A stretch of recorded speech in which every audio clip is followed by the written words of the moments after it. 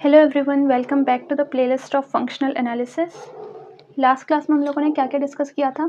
अभी तक हम लोगों ने नॉर्म की डेफिनेशन देख ली है, नॉर्म स्पेस क्या होता है ये देख लिया है, और नॉर्म की डेफिनेशन देख ली है, नॉर्म स्पेस देख लिया है क्या होता है, और क्या डिस्कस कर लिया है कि नॉर्म जो होता है वो हमारा एक कंटिन्यूस फंक्शन होता है। उसके बाद हम लोगों ने कुछ एग्जाम्पल्स देखे थे नॉर्म स्पेसिस के, जिसमें से एक था set of real number with function, जो हमने एब्सोल्यूट वैल्यू से डिफाइन करा था। हमने जो नॉर्म डिफाइन करा था वो एब्सोल्यूट वैल्यू से डिफाइन करा था और देखा था कि R with this absolute function, ये जो बनता है ये एक नॉर्म स्पेस बनता है। ऐसे ही हम लोगों ने कॉम्प्लेक्स को भी एब्सोल्यूट वैल्यू के साथ देखा था कि वो भी एक नॉर्म स्पेस बनता है। उसके बाद हमने आर एन को देखा था कि वो एक नॉर्म 2 के साथ नॉर्म स्पेस बनता है। ऐसे ही सी एन भी नॉर्म 2 के साथ एक नॉर्म स्पेस बनता है, जहाँ पे नॉर्म 2 कैसे डिफाइन था, नॉर्म 2 डिफाइन था के एन से आर में, जहाँ पे के एन क्या है, या तो आर एन है, सॉरी ये आर एन है, आर एन है या फिर सी एन है, दोनों में से कुछ भी हो। एग्जैक्टली सेम वेरिफिकेशन के स्टेप्स थे। तो नॉर्म कैसे डिफाइन था, आर एन और सी एन, आर एन में जो एलिमेंट्स होंगे वो किस टाइप के होंगे, set of all ordered and tuples, जहाँ पे हर एक कोऑर्डिनेट एक रियल नंबर होगा, और अगर यही एलिमेंट सी एन में है यानी कि उसका हर एक कोऑर्डिनेट एक कॉम्प्लेक्स नंबर होगा। ठीक है, फिर कैसे डिफाइन था नॉर्म ऑफ एक्स, ये फंक्शन कैसे डिफाइन था, summation of absolute value of x i square i running from 1 to n to the power half. और हमने देखा कि ये एक नॉर्म बनता है और R n with this norm, C n with this norm, ये दोनों के दोनों नॉर्म स्पेस बनते हैं। तो हमने 4 एग्जाम्पल्स ऐसे करे थे। आज हम लोग कुछ और एग्जाम्पल्स करेंगे। पहला एग्जाम्पल है हमारा जहाँ पे वेक्टर स्पेस है हमारा आर एन, ठीक है, और जो फंक्शन डिफाइंड है वो आर एन से आर में डिफाइंड है। फंक्शन की नोटेशन है ये, और फंक्शन डिफाइंड कैसे है, फिर से मैं बोलूँगी, आर एन में जो एलिमेंट्स हैं वो किस टाइप के हैं, इस टाइप के n कोऑर्डिनेट्स होते हैं उसमें। तो अगर मैं कोई भी x पे इस फंक्शन को लगा रही हूँ तो मैं क्या कर रही हूँ कि इन सारे कोऑर्डिनेट्स की एब्सोल्यूट वैल्यू कंसीडर कर रही हूँ, x1 की एब्सोल्यूट वैल्यू, x2 की एब्सोल्यूट वैल्यू, ऐसे ही करते करते xn की एब्सोल्यूट वैल्यू तक कंसीडर कर रही हूँ, और उन सब में से जो भी मैक्सिमम वैल्यू आती है वही मेरी फंक्शन की वैल्यू होगी x पे। तो हमने फंक्शन डिफाइन करा है ऐसे, फंक्शन क्या है, maximum of absolute value of x i where i is running from 1 to n, और ये एक्स आई क्या है, एक्स के n कोऑर्डिनेट्स हैं।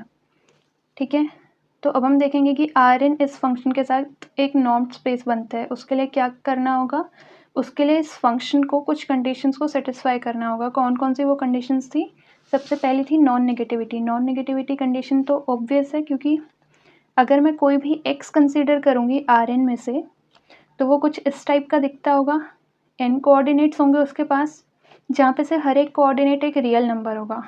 तो वही मैंने लिखा है कि क्योंकि मैं कोई भी x आर एन से लूँ तो उसका हर एक कोऑर्डिनेट एक्स आई एक रियल नंबर होगा, और ये हर एक i के लिए ट्रू होगा, यानी for every i going from 1 to n।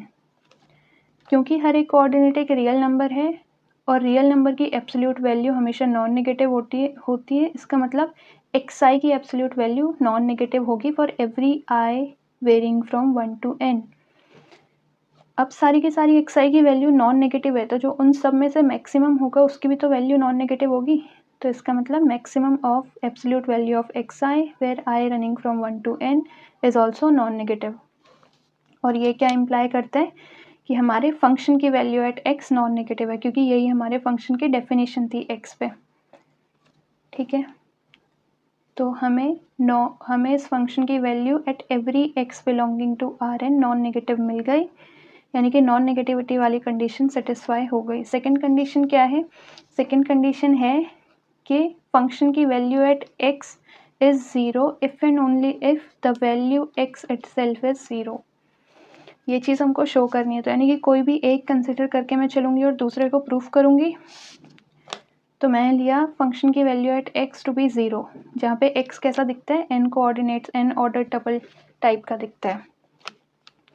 ठीक है। और ये केवल कब पॉसिबल है? बाय डेफिनेशन कि maximum of x I running from 1 to n 0 हो। ये है डेफिनेशन ऑफ द फंक्शन, है ना। और अगर ये 0 होगा तो ये 0 होगा, इसीलिए इफ़ एंड ओनली इफ का साइन है। अब मैक्सिमम, इन सब का मैक्सिमम 0 है और ये सब के सब नॉन नेगेटिव हैं।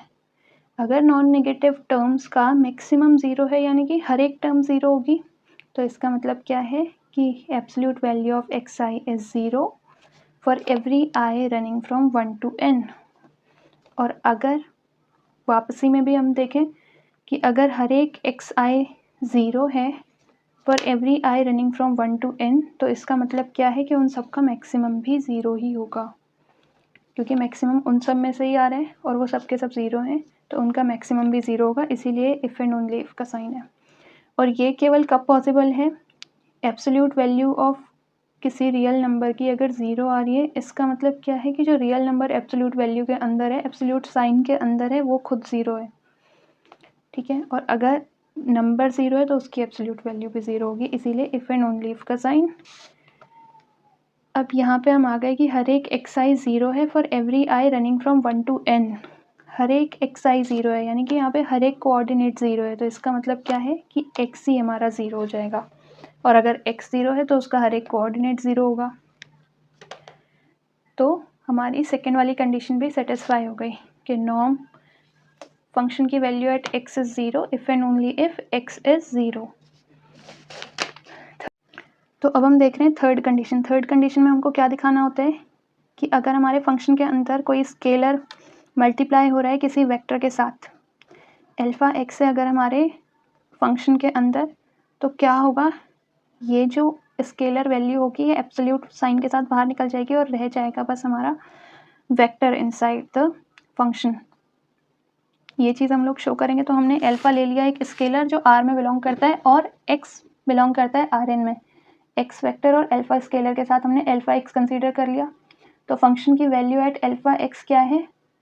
फंक्शन की वैल्यू अल्फ़ा टाइम्स एक्स को हमने यहाँ पे खोल दिया कि एक्स की रियल रिप्रेजेंटेशन क्या होगी, ऑर्डर्ड एन टपल टाइप की, ठीक है। तो जब भी ऐसा होता है, ऑर्डर्ड एन टपल होते हैं और बाहर कोई स्केलर मल्टीप्लाई हो रहा है, तो आपको पता है कि वो हर एक कोऑर्डिनेट के साथ मल्टीप्लाई होता है। तो alpha x1 alpha x2 alpha xn इस तरीके से आया। अब हम इस नॉर्म की डेफिनेशन को, इस फंक्शन की डेफिनेशन को खोलते हैं। तो फंक्शन की डेफिनेशन क्या होगी यहाँ पे? Maximum of absolute value of each coordinate where i running from 1 to n। यहाँ पे हर एक कोऑर्डिनेट क्या है? अल्फ़ा एक्स आई टाइप का है, अल्फ़ा x1 अल्फ़ा x2। तो हमने maximum value of alpha x I running from 1 to n कर लिया। अब एब्सोल्यूट वैल्यू है दो नंबर्स की, तो वो दोनों पे डिस्ट्रीब्यूट हो जाएगी, क्योंकि एब्सोल्यूट वैल्यू के अंदर जब भी प्रोडक्ट होता है तो वो हर एक के साथ एब्सोल्यूट साइन डिस्ट्रीब्यूट हो जाता है। मैक्सिमम किस पे डिपेंडेंट है? एक्स आई पे। क्या अल्फ़ा पे डिपेंडेंट है? नहीं, अल्फ़ा एक स्केलर है, तो अल्फ़ा को हम लोग बाहर ले सकते हैं। तो अल्फ़ा को हम मैक्सिमम के बाहर ले गए, अंदर केवल क्या बचा? Absolute value of x i where i running from 1 to n। ये जो बना हमारा, ये क्या है? ये है फंक्शन की वैल्यू एट एक्स, बाहर क्या है? Absolute value of alpha. आ गया हमारा जो हमको प्रूफ करना था। और क्योंकि अल्फ़ा और एक्स हमने आर्बिट्रेरीली चूज़ करे थे, इसीलिए ये कंडीशन हर एक अल्फ़ा और हर एक एक्स के लिए ट्रू होगी। अब हमने कंसीडर करें कोई भी दो एलिमेंट। लास्ट कंडीशन क्या हमको शो करनी होती है? लास्ट कंडीशन होती है ट्राइंगल्स इनइक्वालिटी के norm of x plus y क्या होना चाहिए? Less than equal to norm of x plus norm of y होना चाहिए।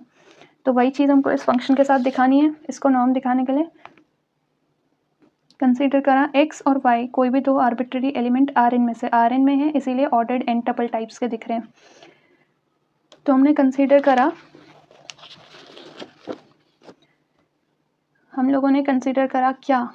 Absolute value of x i plus y i. ये आपको पता है कि रियल नंबर्स के केस में जो ट्राइंगल्स इनइक्वालिटी है वो होल्ड करती है। तो absolute value of x i plus y i हमेशा लेस देन इक्वल टू होता है absolute value of x i plus absolute value of y i के, ठीक है। ये हर एक i varying from 1 to n के लिए ट्रू है। अब ये जो वैल्यू है ये अपने मैक्सिमम से तो छोटी होगी, तो ये वैल्यू उसके मैक्सिमम से छोटी ही होगी। तो यानी absolute value of x i plus y i is less than equal to maximum of x i where i running from 1 to n और maximum of y i running from 1 to n। अब ये हर एक आई के लिए true है। हर एक आई running from 1 to n, यानी कि ये जो आ रहा है ये इन्हीं किसी आई में से होगा।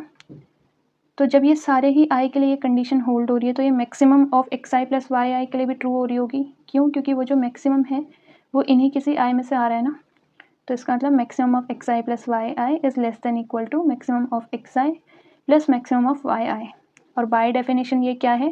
फंक्शन की वैल्यू है at x i plus y i, ये है फंक्शन की वैल्यू एट एक्स और ये है फंक्शन की वैल्यू एट वाई। ये फंक्शन की वैल्यू है at x plus y, sorry.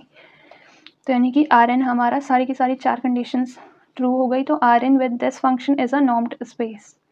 और इस नॉर्म को एक नाम है इसका, इसको हम बोलते हैं यूनिफॉर्म नॉर्म या फिर सूप नॉर्म। तो बाकी के सारे एग्जाम्पल्स हम लोग डिस्कस करेंगे नेक्स्ट वीडियो में। Thank you so much for watching.